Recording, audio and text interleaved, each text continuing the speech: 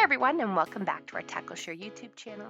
In this video, we're going to cover a very basic but a very delicious fish coating recipe that I like to use when we want to try and, really taste the flavor of the fish. It's also really great to use because you generally have all these ingredients on hand. Our kids had recently requested a rock bass pan fry because they'd never tried it before, so that's what we used in this video. I'm starting off with some fish fillets I already cleaned from a previous video. And I'm just going to go through and make sure there's absolutely no bones in them. I've already rinsed them off to make sure there's no scales, but I'm just going to check to make sure there's absolutely no bones. Nobody wants to chomp down on a piece of fish and get a bone. So I'm just going to go through. Oh, and I found one here. So instead of pulling it out, I'm just going to cut it out of the fish entirely. And I'm going to go through and do that for every single fillet, just to double check.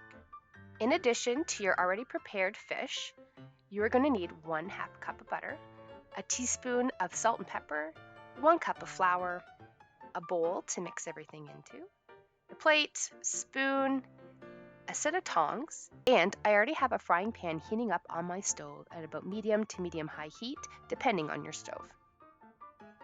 Start off by getting that butter in your pan to get all melted.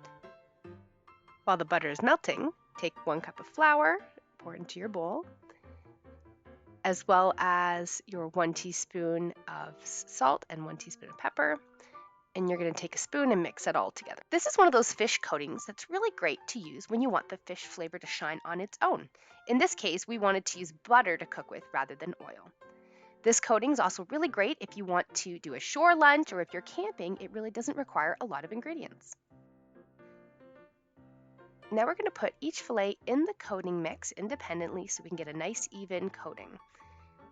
And you want to shake off any excess and then lay them flat on a plate separately. If they touch together, they can kind of get a little bit too much moisture and some of the coating will flake off.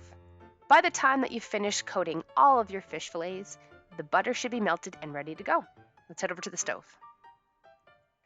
You'll also want to make sure you have a plate with some paper towels prepared, some tongs, your fish, and your hot butter ready to fry. Generally, when I cook fish, I like to put in a piece at first that's kind of small to make sure that the pan is frying hot the way I'd like it. Once you're happy with how your fish is bubbling, you can add some more pieces to the pan. Any extra coating you want to make sure you shake off on the plate because you don't want that in your butter. And now another thing about butter is if it gets too hot, it can burn, and you don't want that burnt flavor on your fish. So you're going to want to be really attentive to the temperature and watch how it's bubbling. Let your fish cook for about 1 or 2 minutes on each side. You want to have a nice crispy piece of fish. In some cases, if you want it more crispy than others, you can leave it on a little longer.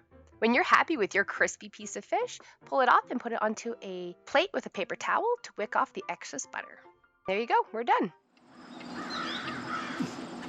And there's a final product, our very yummy pan-fried buttered just flour, salt, and pepper rock bass. Can't wait to eat it. Right? Do you want to eat it? Yeah. Yeah? Okay. Let's go. Let's go eat it with the peels. Alright, thank you so much for watching our video. Make sure you subscribe to our channel and hit that notification bell so you know when new content is coming out. Make sure if you have any suggestions about other additions to this basic recipe, by all means, leave them in the comments below. People would love to hear what you've tried. See you next time.